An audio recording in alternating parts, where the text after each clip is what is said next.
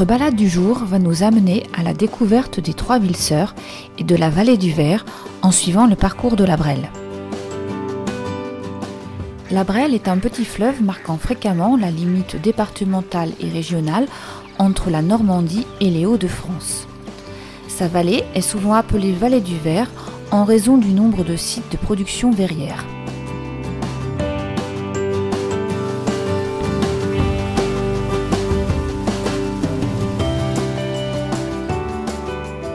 Allons à la découverte du musée du Ver, installé dans l'élégant manoir de Fontaine, construit au XVIe siècle. Ici, un musée retrace l'histoire du verre et de ses artisans à travers les siècles, et on assiste également au travail d'un maître verrier.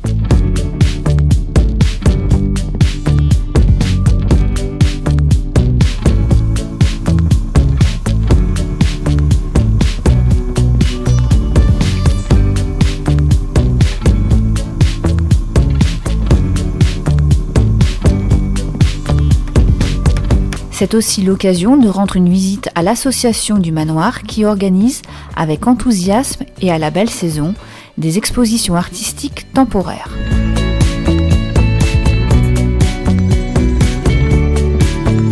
Continuons maintenant notre descente vers la mer et faisons une halte à Bois-l'Abbé, au cœur de la forêt d'Eu.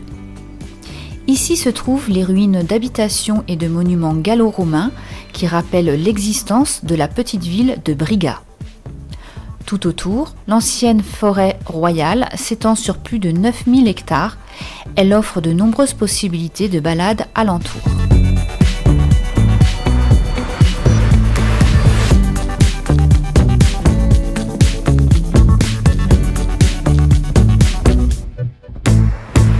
Nous arrivons àEu et montons à la chapelle Saint-Laurent, construite en l'honneur de Laurent O'Toole, primat d'Irlande, mort àEu en 1180.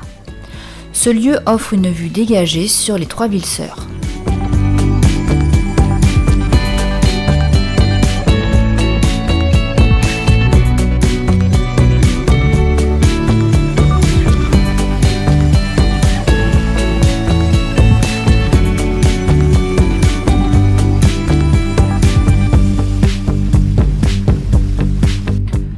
Continuons notre visite par le château, souvent nommé Louis-Philippe, avec son magnifique parc boisé et son jardin à la française. Sa construction a débuté au XVIe siècle par le duc de Guise et son épouse Catherine de Clèves. Il a ensuite été achevé par la grande demoiselle, cousine de Louis XIV.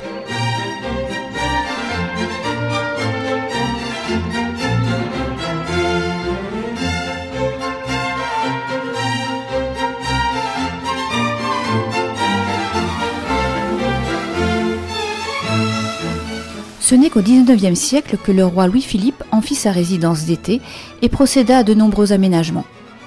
Viollet-le-Duc se chargea plus tard de la décoration. Aujourd'hui, le château abrite la mairie et un musée qui présente l'histoire du domaine à travers ses collections.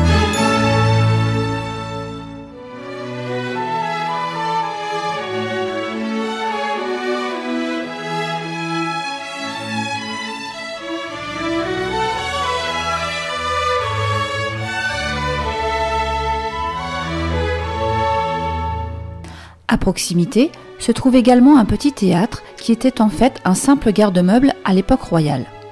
C'est aujourd'hui un élégant théâtre à l'italienne, accueillant chaque année de nombreux spectacles.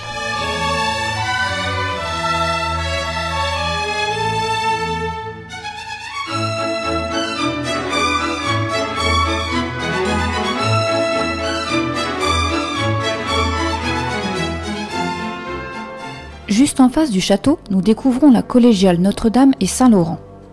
Elle est dédiée à la Vierge et à Saint-Laurent O'Toole. Sa construction a débuté en 1186. C'est un bel édifice gothique primitif dans les parties anciennes. Si la nef n'a subi aucune modification depuis sa construction, le chœur fut restauré dans un style flamboyant. Elle abrite un orgue majestueux et des gisants dans sa crypte voûtée.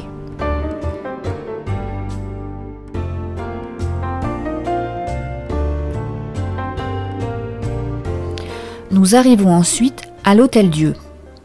Catherine de Clèves avait la volonté de créer un monastère àEu. Il était destiné à servir, nourrir, traiter et médicamenter les pauvres. Rare cimetière couvert, lieu de repos éternel pour les sœurs hospitalières.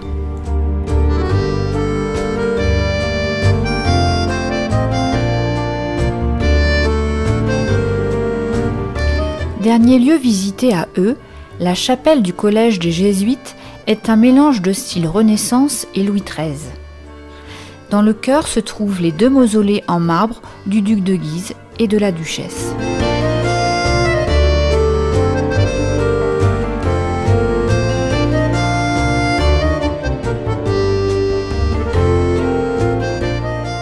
Nous suivons ensuite la Brelle qui nous amène directement au Tréport.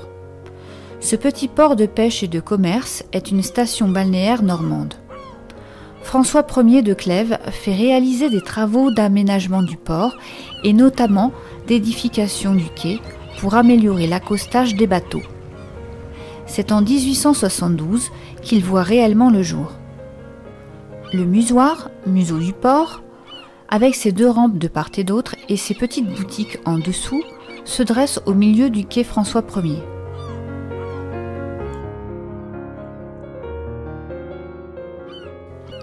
Dominant l'avant-port, l'église Saint-Jacques. Bâtie au XIVe siècle, elle subit de nombreux dégâts pendant la guerre de Cent Ans. Restaurée en 1699, elle bénéficie d'un emplacement privilégié.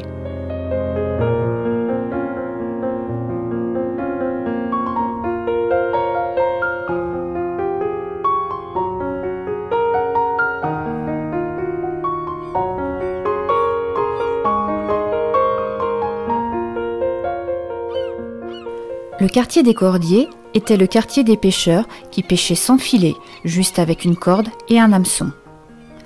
Construit à partir du XVIIIe, au pied des falaises, il est constitué de rues étroites, de petites maisons à étages avec parfois des bow windows ou des balcons à fer forgé. Le funiculaire est unique en Europe par sa conception. C'est un superbe voyage à travers la falaise.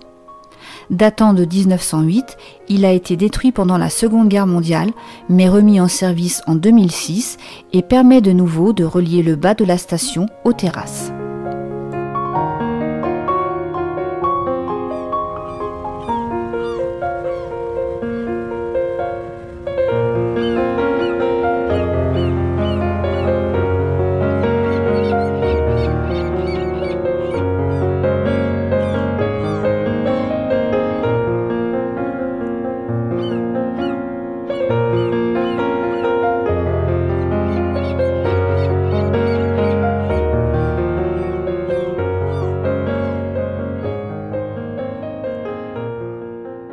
Nous passons la Brelle et changeons de département et de région en arrivant à Mers-les-Bains. Du haut de la falaise opposée, nous surplombons la station balnéaire avec en arrière-plan le Tréport. La statue Notre-Dame des Flots comprend 3 bas-reliefs représentant les saints patrons des 3 villes sœurs, le Tréport, Euux et Mers. Nous découvrons alors un superbe panorama qui offre une vue au sommet des falaises à 90 mètres d'altitude. L'église Saint-Martin de 1928 est de style romano-byzantin.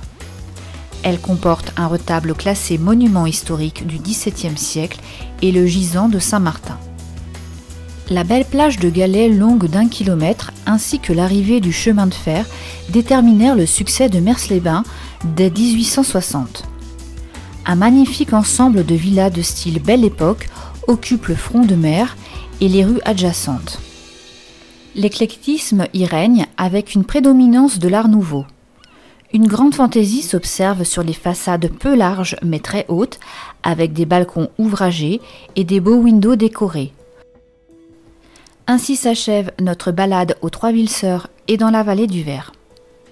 Si cela vous a plu, alors merci de partager et de vous abonner pour le prochain épisode.